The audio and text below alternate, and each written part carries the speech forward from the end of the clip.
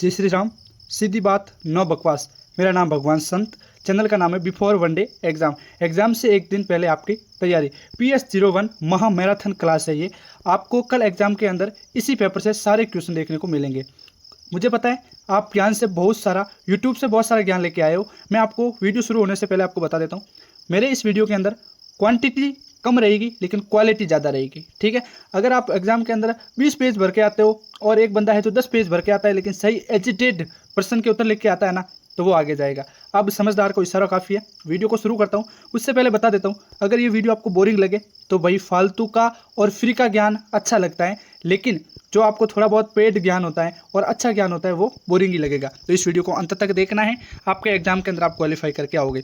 ये PDF चाहिए, कैसे मिलेगा वो भी मैं आपको वीडियो के बीच में बता दूंगा। BA part 1 PS01 foundation of political science, जिनका पेपर होने वाला है 14 अगस्त, कल होने वाला है, उनके लिए ये वीडियो महा इंपॉर्टेंट है। सबसे पहले बात करेंगे खंड A के बारे में, जो अति लघुतरात्मक प्रश्न है। आपके एक एक नंबर के आने वाले 7 क्वेश्चन। हम आपके 10 क्वेश्चन के बारे में बात करेंगे, टॉप 10 क्वेश्चन, ताकि एग्जाम के अंदर आपका एक भी क्वेश्चन है जो बात से ना आए। ठीक है, पहला प्रश्न है, लोकतंत्र का जनक किसे कहा जाता है? साथियों, अब्राहम लिंकन को लोकतंत्र का जनक कहा जाता है। ठीक है, दूसरा क्वेश्चन है, संविधान की आत्मा किसे कहते हैं? प्रस्तावना को संविधान की आत्मा कहते हैं। तीसरा क्वेश्चन है आपका, जनमत संग्रह किस शासन प्रणाली में होता है? साथियों, प्रत्यक्ष लोकतंत्र के अंदर जनमत संग्रह शासन प्रणाली होती है। चौथा क्वेश्चन है आपका, भारतीय संविधान को किसने अंगीकृत किया है? भारतीय संविधान को किसने अंगीकृत किया है? तो संविधान सभा ने भारतीय संविधान को अंगीकृत किया है। इतना लिखोगे ना छोटे छोटे तो आपको पूरे मेरे से पूरे 2-2 नंबर मिलेंगे साथियों। इसलिए पहले ही बोला, क्वांटिटी कम है लेकिन क्वालिटी ज़्यादा है। एकदम एजिटेड जितने नंबर मिल सकते हैं ना, शॉर्ट और स्पष्ट रूप में आपको उत्तर दिए गए हैं, और क्वेश्चन भी। पांचवा क्वेश्चन है, भारत में राष्ट्रपति का कार्यकाल कितने वर्षों का होता है? साथियों, भारत में राष्ट्रपति का कार्यकाल है जो 5 वर्ष का होता है। छठा क्वेश्चन है, लोकसभा की अधिकतम सदस्य संख्या कितनी होती है? 552। ओके। सातवां क्वेश्चन है आपका, विधानसभा के लिए न्यूनतम आयु सीमा क्या होना चाहिए? विधानसभा जो चुनाव लड़ते हैं उनकी न्यूनतम आयु सीमा होनी चाहिए, वो है 25 वर्ष। आठवां क्वेश्चन है, भारत में सर्वोच्च न्यायालय कहाँ स्थित है? साथियों, भारत में सर्वोच्च न्यायालय जो नई दिल्ली के अंदर। ठीक है। नौवां क्वेश्चन है, मौलिक अधिकार का संविधान के किस भाग में, जो मौलिक अधिकार है वो संविधान के किस भाग के अंदर है? तो संविधान के 3rd भाग यानी भाग 3 के अंदर है। ठीक है। 10वां क्वेश्चन है आपका, भारत का प्रथम राष्ट्रपति कौन था? भारत का प्रथम राष्ट्रपति था डॉक्टर राजेंद्र प्रसाद। आपके PS01 यानी फाउंडेशन ऑफ पॉलिटिकल साइंस के टॉप 10 क्वेश्चन जो आपको कल एग्जाम की दृष्टि से अति महत्वपूर्ण है, उनके बारे में हमने बात की। अब बात करेंगे आपका सेक्शन B, खंड B। ठीक है, जो आपके 7 नंबर के क्वेश्चन आने वाले हैं। ठीक है, यहाँ पे छपने के अंदर मिस्टेक हुई है, 3 अंक वाले गलत है। 7 नंबर का क्वेश्चन आएगा उसके बारे में। पहला क्वेश्चन है, लोकतंत्र के प्रमुख लक्षण कौन कौन से वो बताने हैं। पहला है समानता का अधिकार। अपने लोकतंत्र के अंदर क्या है? सबको समान रूप से देखा जाता है। दूसरा है स्वतंत्र एवं निष्पक्ष चुनाव। ठीक है, स्वतंत्र है और निष्पक्ष चुनाव है। तीसरा है मौलिक अधिकारों की गारंटी दी गई है हमारे लोकतंत्र के अंदर। चौथा है उत्तरदायी सरकार, यानी जो सरकार होती है वो जनता के प्रति जवाबदेही होती है। ये लोकतंत्र के प्रमुख लक्षण है। स्पष्ट रूप में लिख के आओगे इसमें तो आपको 7 में से 7 नंबर मिलेंगे। दूसरा क्वेश्चन है, संविधान का महत्व क्या है? साथियों, संविधान राज्य की मूल संरचना है, अधिकार एवं कर्तव्य निर्धारित करता है। संविधान का क्या महत्व है? संविधान है जो राष्ट्र और राज्य की मूल संरचना है, जो व्यक्ति के अधिकार और कर्तव्यों पर निर्धारित है। ये सरकार की शक्तियों को सीमित करता है और नागरिकों के अधिकारों की रक्षा करता है। सरकार को तानाशाही होने से बचाता है और नागरिकों के अधिकारों की रक्षा करता है। यह है संविधान का महत्व। ठीक है, अब बढ़ते हैं अगला क्वेश्चन की तरफ। अगला क्वेश्चन है, संसद के मुख्य कार्य लिखने। साथियों, जो हम संसद चुन के भेजते हैं उनके मुख्य कार्य कौन कौन से वो बताने। पहला है कानून निर्माण। जो भी कानून निर्माण होते हैं, कानून की शक्तियाँ होती है, उनका निर्माण कौन करता है? सांसद। बजट पारित कौन करता है? सांसद। तीसरा कार्य, कार्यपालिका पर नियंत्रण किसका होता है? सांसद का। और चौथा है, जनता की समस्याओं पर चर्चा कौन करती है? सांसद करती है। ये इसके मुख्य कार्य है। ठीक है। चौथा क्वेश्चन है, संप्रभुता के प्रकार बताने। संप्रभुता के 2 प्रकार है, एक तो आंतरिक संप्रभुता, एक बाह्य संप्रभुता।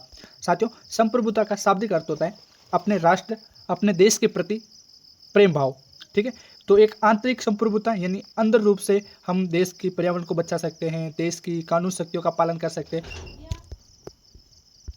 और साथियों, बाहरी संप्रभुता वो होती है जो विदेश से अपनी विदेशी, जैसे मेड इन चाइना की चीज़ें हो गई, वो हम इस्तेमाल ना करें। मतलब बाहरी रूप से जो देश के प्रति, देश के हित में सोचे, वो होती है बाहरी संप्रभुता। ठीक है, हमने जाना। अब आपका 5वां क्वेश्चन है, न्यायपालिका के कार्य लिखने। न्यायपालिका का क्या कार्य होता है वो लिखना है।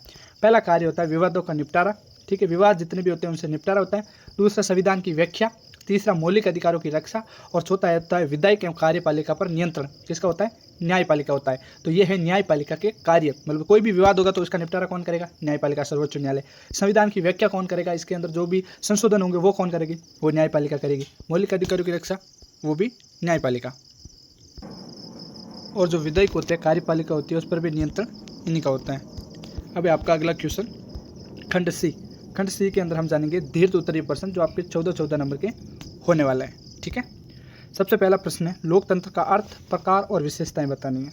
ठीक है, पहला है लोकतंत्र जनता के द्वारा जनता के लिए और जनता का शासन होता है। लोकतंत्र का अर्थ क्या होता है?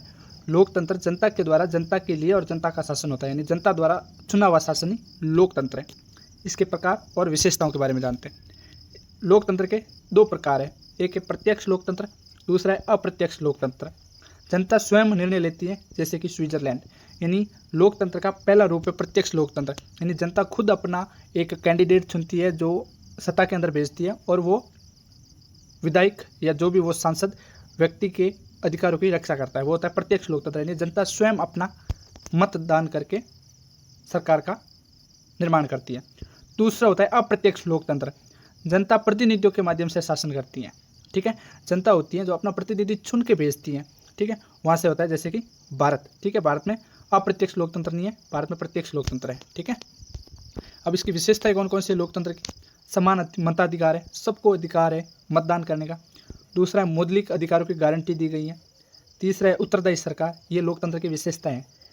चौथा है कानून का शासन, यानी जो सरकार होगी वो जनता के प्रति उत्तरदायी होगी।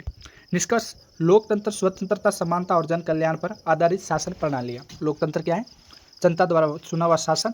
और निष्कर्ष क्या है इसका? लोकतंत्र स्वतंत्रता, समानता और जन कल्याण पर आधारित एक शासन प्रणाली है। ठीक है, सेक्शन सी का दूसरा क्वेश्चन है सार्वभौमिक का अर्थ और प्रकार बताना है। उत्तर, सार्वभौमिकता राज्य की सर्वोच्च एवं स्वतंत्र शक्ति होती है। सार्वभौमिकता क्या होती है? राज्य या राष्ट्र की सर्वोच्च व स्वतंत्र शक्ति होती है। ठीक है, इसके प्रकार कौन कौन से? इसके दो प्रकार है, पहला है आंतरिक, दूसरा है बाहरी। राज्य की अपने क्षेत्र में सर्वोच्च सत्ता। साथियों, सार्वभौमिक पहला होता है आंतरिक, यानी राज्य की जो अपनी क्षेत्र में सर्वोच्च सत्ता होती है वो सार्वभौमिक के हित में आती है। दूसरा है बाह्य, अन्य राज्यों से स्वतंत्रता, यानी खुद स्वतंत्र, जैसे कि भारत। ठीक है, निष्कर्ष, सार्वभौमिकता राज्य के अस्तित्व और स्वतंत्रता का मूल है। अब बढ़ते हैं आपके अगले क्वेश्चन की तरफ। अगला क्वेश्चन है संघीय शासन प्रणाली की विशेषता, लाभ और हानियां बतानी है।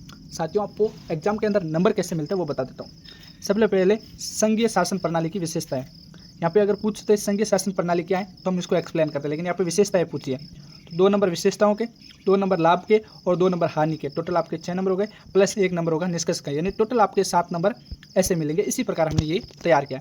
सबसे पहले जानते हैं इसकी विशेषता, शक्तियों का विभाजन और लिखित संविधान और स्वतंत्र न्यायपालिका, ये है इसकी विशेषता इसकी संघीय शासन प्रणाली की। मतलब शक्तियों का विभाजन होता है जो पूरे राष्ट्र के अंदर कर देते हैं, अपना लिखित संविधान है और स्वतंत्र न्यायपालिका है।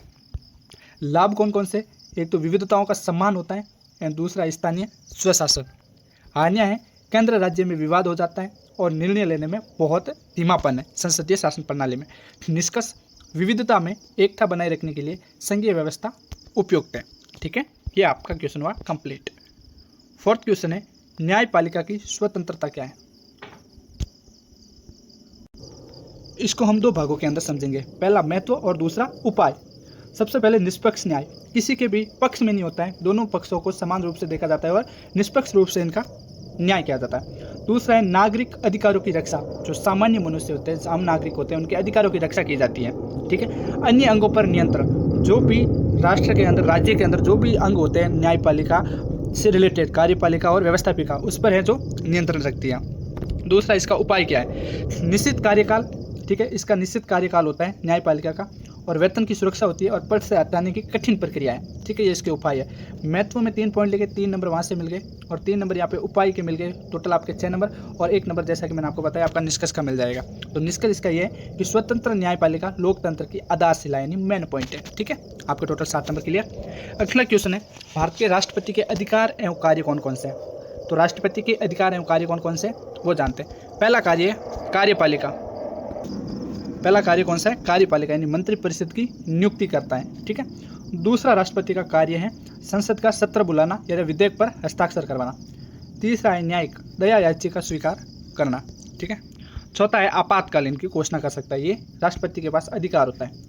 निष्कर्ष, राष्ट्रपति भारत के संवैधानिक प्रमुख और संविधान के संरक्षक है।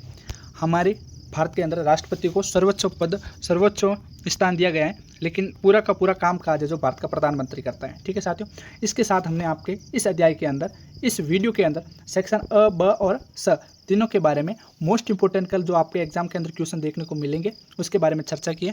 अगर आप चाहते हो इसी प्रकार एक और मॉडल पेपर लिया जाए तो कमेंट करना है सिंपली मॉडल पेपर। और साथियों, इसको चैनल को सब्सक्राइब करने में कंजूसाई मत करो। अगर आप सब्सक्राइब करोगे तो आने वाली वीडियोज़ और आपको मिलेंगे, नए नए वीडियोस मिलेंगे जो आपके और एग्जाम है। ठीक है। और दूसरी चीज़ ये बताता हूँ, अगर आपको ये पीडीएफ चाहिए तो इसकी कीमत सिर्फ और सिर्फ 9 रुपये रखी गई है। डिस्क्रिप्शन के अंदर टेलीग्राम चैनल की लिंक है, वहाँ से मेरे आपको व्हाट्सअप नंबर मिल जाएंगे टेलीग्राम चैनल पर, वहाँ से मेरे को आप मैसेज कर सकते हो। इसके अंदर पे ओनली 9 रुपये पे करना है और आपको ये पीडीएफ मिल जाएगा, क्योंकि फ्री के ज्ञान की कोई वैल्यू नहीं होती है। ठीक है साथियों, मुझे कमेंट करो मॉडल पेपर, मैं आपके लिए दूसरा मॉडल पेपर एक और ले आऊँगा। चैनल को सब्सक्राइब कर देना। Thanks for watching this video. जय हिंद, जय भारत। और अपने दोस्तों के साथ इस वीडियो को शेयर जरूर करना है।